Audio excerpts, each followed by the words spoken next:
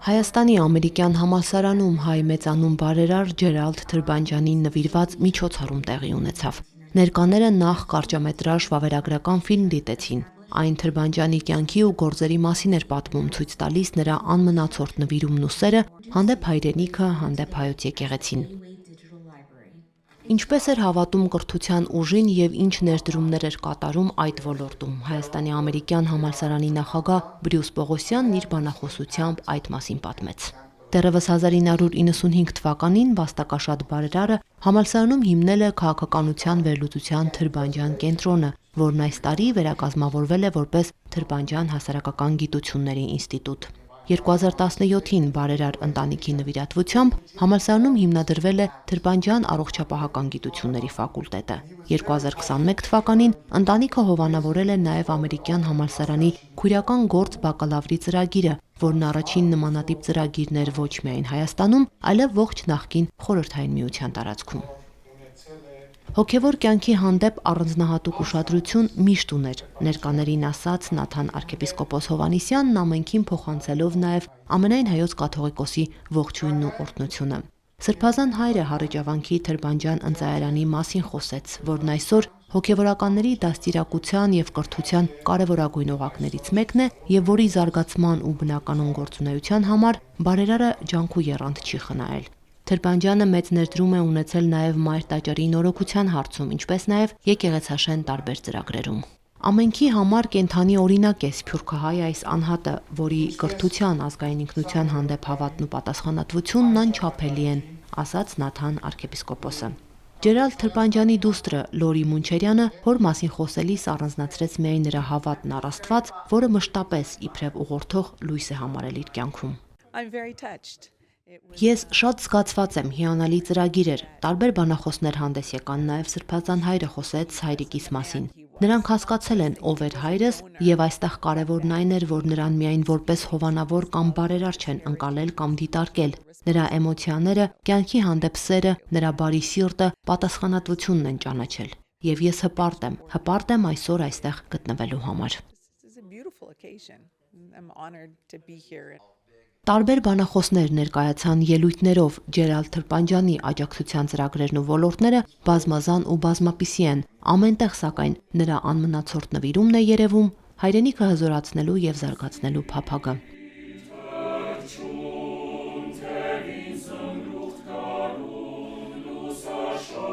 Միջոցառման ընթացքում ելույթ ունեցավ նաև Հովեր կամերային երգչախումբը Սոնա Հովհաննիսյանի ղեկավարությամբ։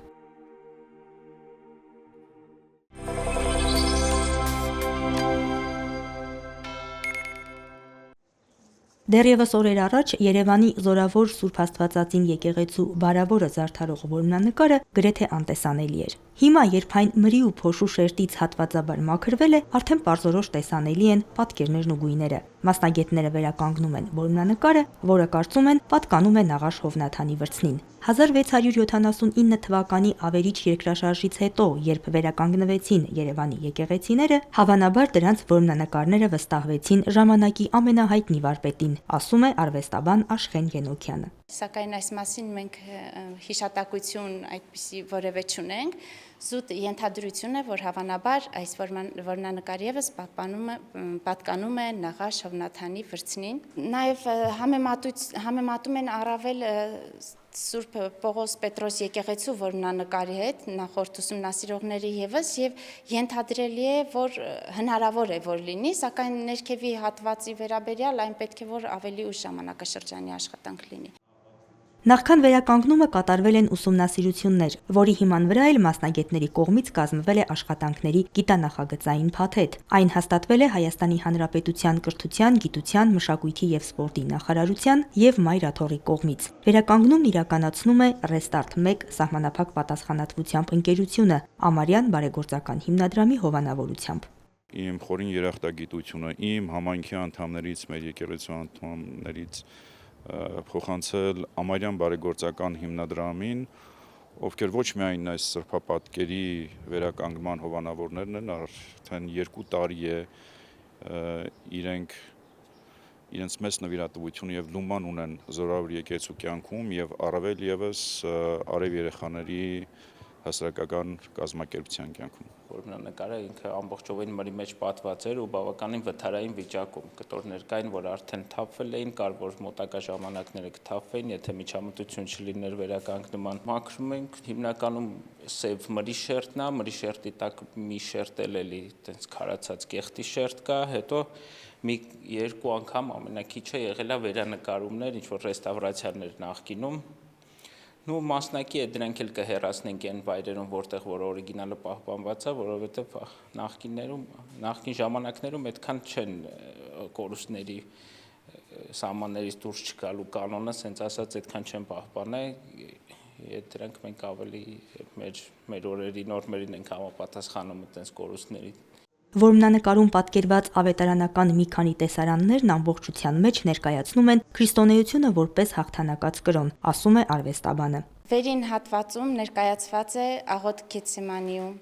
տեսարանը, կենտրոնական հատվածում Տիրամայր նման կանհետ։ Նրանից ձախ Ստեփանոս Նախավկանը ներկայացված եպիսկոպոսական հանդերձանքով, նրա ձեռքին տիրագունդն է խաչակիր, իսկ խաչակիր տիրագունդը քրիստոնեության հաղթանակն է աշխարհում, իբրև աշխարհակալ կրոն է ներկայացվում քրիստոնեությունը։ Տիրամոր մյուս կողմում ներկայացված է արդեն Հովանես Մկրտիչը։ Նրա ձեռքին խաչվառն է, որը կրկին քրիստոնեության հաղթանակի ադամական մեղքից ազատվելու այդ խորհուրդն է արտահայտում։ Ըստ մասնագետների, որմնանկարի վերականգնումը կտևի մոտ 2 ամիս։ Սոնա Խաչատրյան, Մեսրոպ Ավետիսյան, Եկեղեցական կյանք։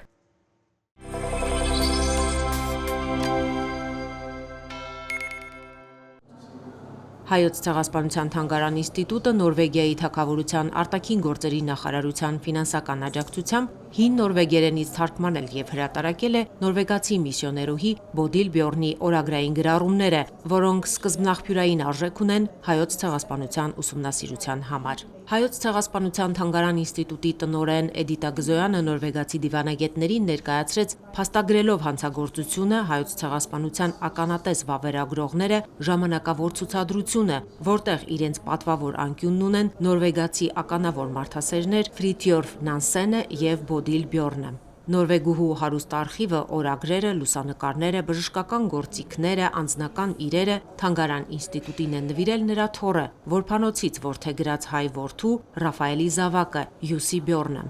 Ականատեսի հուշեր Բոդիլ Կատարինե Բյորնի ժառանգությունը գրքի շնորհանդեսին Հայոց ցեղասպանության թանգարան ինստիտուտի տնօրեն Էդիտա Գզոյանը իր երախտագիտությունը հայտնեց Հայաստանի Հանրապետությունում Նորվեգիայի թագավորության արտակարգ եւ լիազոր դեսպան Բերգլյոտ Հովլանդին այս կարևոր ձեռնարկը կյանքի կոչելու համար եւ նշեց, որ Բոդիլ Բյորնի կյանքը, գործունեությունը եւ մարդասիրական առաքելությունը խիզախության եւ բարոյական տոկունության խորհրդանիշ են։ Ի հեճուկս բռնապետական լռության Բյորնը նախընտրեց պայքարել, օգնել հայերին եւ վավերագրել հանցագործությունը։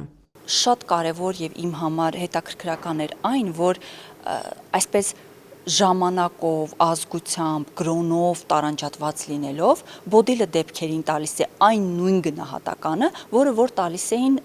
հայ վերապրածները օրինակ ժամանակի, կամ որը որ տալիս ենք մենք այսօր։ Այսինքն ինքը շատ լավ հասկացել էր, թե ինչ սիստեմ է գործադրվում հայ ժողովրդին ոչնչացնելու համար, կարևորում էր հայ ընտանիքի նշանակությունը, որ այդ ամենը թիրախավորում էր հայկական մշակույթը, հայկական ընտանիքը եւ այլն եւ այլն։ Այսինքն իր գնահատականները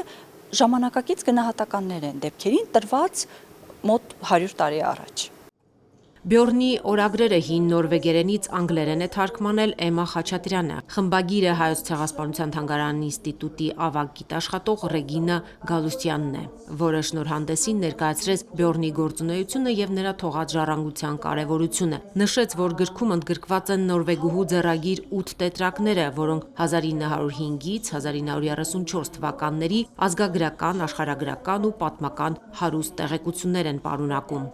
Մոտ 15 տարի հուշագրությունը եղել է, օրագրերը եղել են Հայոց ցեղասպանության թանգարան ինստիտուտի ֆոնդերում, բայց նախ ֆինանսական մեծ ռեսուրսներ էին պահանջում, որովհետև հին նորվեգերենից թարգմանել ամեն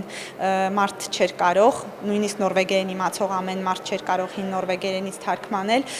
Աղբյուրագիտական մեծ նշանակություն ունի գիրքը, կարևոր է նաև, որ ոչ միայն բուն ցեղասպանության, այլ նաև ցեղասպանությունից առաջ մանրամասներ, որոնք շատ կարևոր են ոչ միայն պատմաբաններին, այլ նաև այլ մասնագիտությունների տեր մարդկանց, ովքեր ուզում են ավելի շատ բան իմանալ Օսմանյան կայսրությունում եւ Օսմանյան կայսրությունում հայերի կյանքի մասին։ Բյորնի 1927-ից 1934 թվականներին գրած վերջին երկու օրագրերում մանրամասն նկարագրված են հայոց ցեղասպանությունից հետո Հալեպում իրականացրած աշխատանքները, վերապրած հայ երեխաների հաշվառման հստակ գրառումները, վիճակագրական տվյալները, եզակի լուսանկարներ, որոնց հեղինակը նույնպես միսիոներուհին է։ Հայոց ցեղասպանության թանգարան ինստիտուտը առաջիկայում կաշխատի թարգմանել եւ հրատարակել ֆոնդերում պահվող Բյորնի մյուս ձեռագրերը եւս, որոնք աղբյուրագիտական եզակի նյութ են պարունակում։ Լուսինե Բալյան, Վռամ Խանամիրյան, Եկեղեցական կյանք։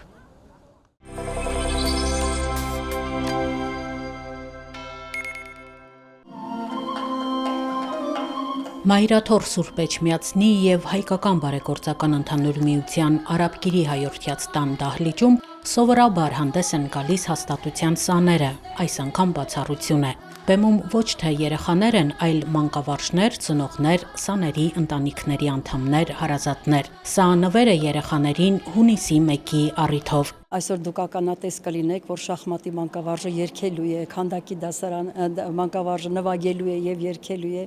Այս անգամ մեզ միացել են նաեւ մեր ծնողները ազգագրական պարով, եւ կարծում եմ, որ դա այնքանով հրաշալի ու լավ է, որ երեխաները բեմի վրա տեսնում են իրենց մանկավարժներին ու բնականաբար նման նվեր կարծում եմ, որ տարին մեկ անգամ հրաշալի է ստանալ մանկավարժների կողմից իրենց տոնի կապակցությամբ։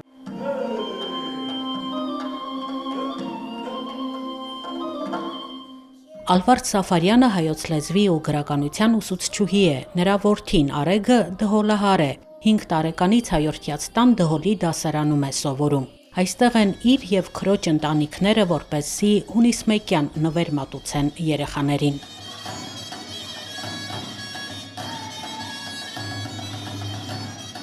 Մեր ընտանիքը, պապիկը, մայրս, թորներին բերում, տանում են, հոգում են, որ անպայման ներկա լինեն բոլոր միջոցառումներին, քրիստոնեական արժեքներով դաստիարակվեն եւ շատ է կարեւորվում թե տանը, թե այստեղ ազգային դաստիարակությունը, մշակույթի հետ հաղորդակից լինելը։ Կազմակերպեցինք մեկ ամսյա դասընթացներ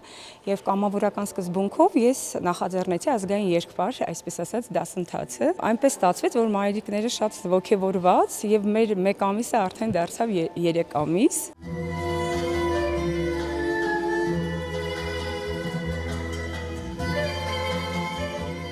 Բեմում են ժողովրդական բարի դասարանի մանկավարժ Քրիստինե Պետրոսյանը, ուսումնական գծով փոխտնօրեն Ժաննա Ներսիսյանը, մեկ այլ համարով հանդես է գալիս քանդակագործության դասարանի մանկավարժ Ռուբեն Հարությունյանը։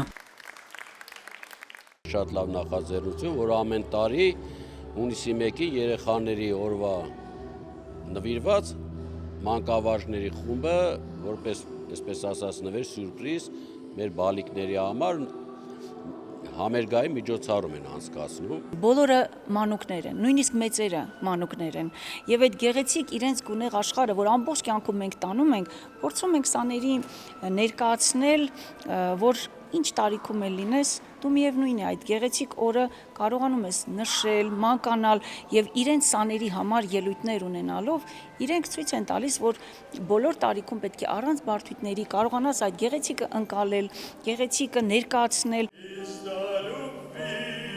Կատարումներով հանդես եկան ազգային երգուպարի, գեղանկարչության, քանդակագործության, կանոնի, դհոլի, դասարանների մանկավարժները, երգչախմբի խմբավարը, որպես հյուր համարներ ներկայացրին լատինաամերիկյան ու ժողովրդական պարախմբեր։ Արաբկիրի հայորդյաց տունը այսպիսի նախաձեռնություններով փորձում է ջերմ ու դրական մթնոլորտ ստեղծել սաների համար։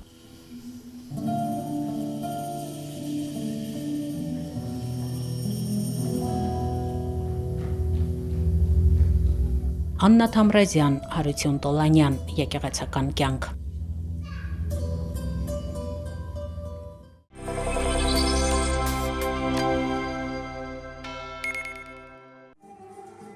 Կիրակի օրը հունիսի 1-ին Մայրաթոր Սուրբ Էջմիածնի եւ Հայկական բարեգործական ընդհանուր միության հայորդյաց տների սաները տոնական համերգային ծրագրով շնորհավորեցին Գեղարքունիքի մարզի Վարդենիս քաղաքի ու տարածքի համայնքների երեխաներին։ Մհեր Մկրտչյանի անվան մշակույթի պալատում տեղի ունեցած համերգին մասնակցեցին Երևանի, Էջմիածնի ու Աշտարակի հայորդյաց տները։ Մենք ավանդույթ ենք դարձել հայրենաց տներով, շրջում ենք մարզեր եւ մարզերի երեխաներին, որոնք շատ ավելի քիչ հնարավորություն ունեն մասնակցելու նման մանկական, տոնական գեղեցիկ համերգների, հայրենաց տները նախաձեռնությունը վերցնելով իրենց ձեռքը ամեն տարի մի որևիցե մարզ գնում են։ Այս տարի որոշեցինք սահմանամերձ գոտի Վարդենիս գնալ եւ Վարդենիսի երեխաների համար գեղեցիկ մանկական այդ համերգը մեր տանենք եւ ներկայացնենք։ Վարդենիսիները շատ տպավորված էին, հիացած եւ որ Թորը նման նախաձեռնությամբ է հանդես գալիս, երեխաներին ազգային եւ մշակութային հասկրտություն եւ դաստիարակությունը տալիս է եւ հիացած էին հատկապես կրկեսով, որովհետեւ գիտեք մեր հայրենաց տունը Նորքի հայրենաց տանը կրկեսային դպրոցը Կովկասում միակ ուրեմն կրկեսային դպրոցն է եւ երեխաներն էլ փայլուն հանդես եկան։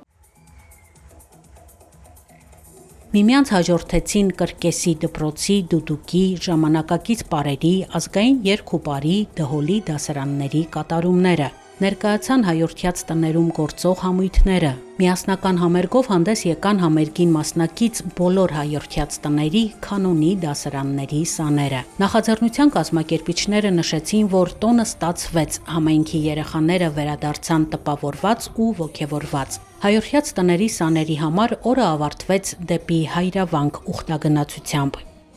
Աննա Թամրազյան, եկեղեցական կյանք։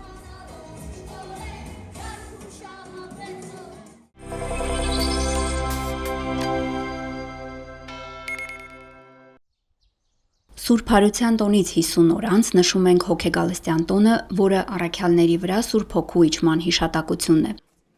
Այս տարի այն կնշենք հունիսի 8-ին։ Գործք առաքելոցում կարդում ենք, թե ինչպես Սուրբ Հոգին հրեղեն լեզուներով լուսավորում է աշակերտներին, եւ նրանք դառնում են Աստծո խոսքի թարգմաններ ազգերի մեջ, խոսելով այն երկրների ու ժողովուրդների լեզուներով, որտեղ որ պետք է քարոզեին քրիստոնեությունը։ Ըստ Ներսես Լամբրոնացու Պետրոսը խոսում էր լատիներեն, Փիլիպոսը արաբերեն, Թովմասը եթովպերեն, Թադեոսը հայերեն։ Սուրբ Հոգու էջքը տեղի է ունեցել հրեական Պենտեկոստեի տոնի օրը, որը հին ուխտի 3 ամենամեծ տոներից էր եւ թարգմանվում է 50-րդ։ Տոնը նշելու համար հրեաները ուխտի էին գնում Երուսաղեմի տաճար եւ ընծաներ մատուցում Աստծուն։ Այդ օրը Երուսաղեմում միշտ շատ ժողովուրդ էր լինում աշխարհի բոլոր կողմերից։ Հոգեգալստյան տոնը կոչվում է նաև երրորդության տոն, քանի որ առաքյալների վրա Սուրբ Հոգու էջքով հայտնվում է երրորդության խորհուրդը։ Այս տոնը ըստ Օգոստինոս Երանելու առաքելադիր է, հաստատվել է դեռևս առաքյալների օրոք եւ ամենավաղ ժամանակներից ի վեր հանդիսավոր կերպով նշվել է բոլոր եկեղեցիներում։ Քրիստոնեական եկեղեցում շնորհաբաշխությունը կապված է Սուրբ Հոգու հետ։ Մարդուն տրվող յուրաքանչյուր շնորհ աստվածային պարգև է։ Հետևաբար հոգեգալստի հիշատակումը յուրաքանչյուրին ուղված կոչ է աստվածային շնորհներն ի բարին օգտագործելու եւ դրանցով չհպարտանալու։ 2011 թվականից ամենայն հայոց կաթողիկոսի տնօրինությամբ հոգեգալստի տոնը հռչակված է նաեւ Սևանավանքի Սուրբ Առաքելոց եկեղեցու ուխտի օր։ Ամեն տարի այդ օրը վանք են տարվում առաքյալների մասունքները։ Պատարագի ավարտին կատարվում է անդաստանի կարգ երկրի եւ եկեղեցու անսասանության համար։